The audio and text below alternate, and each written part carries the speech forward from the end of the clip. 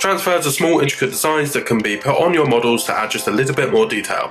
If you're playing any of the armies within Warhammer 40,000, you are likely to have these, except if you're like Tyranids or something, because they're not designing their own logos.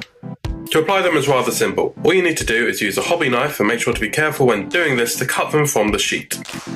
Next up, you want to wet the surface that you're going to be applying it to. I tend to use a matte varnish for this. And then placing the transfer face down on a surface such as your finger, wet the back of it using some water. This will loosen the bond between the transfer and the paper, meaning you can then remove the paper and be able to move the transfer onto the surface of the miniature. To do this, simply slide a paintbrush underneath the transfer, or you could use some tweezers or something if you want to be extra precise, then move it onto the surface of the miniature where you want it to be applied.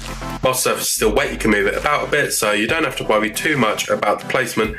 Once it is in a position that you are happy with, leave it to dry and it should be ready to go.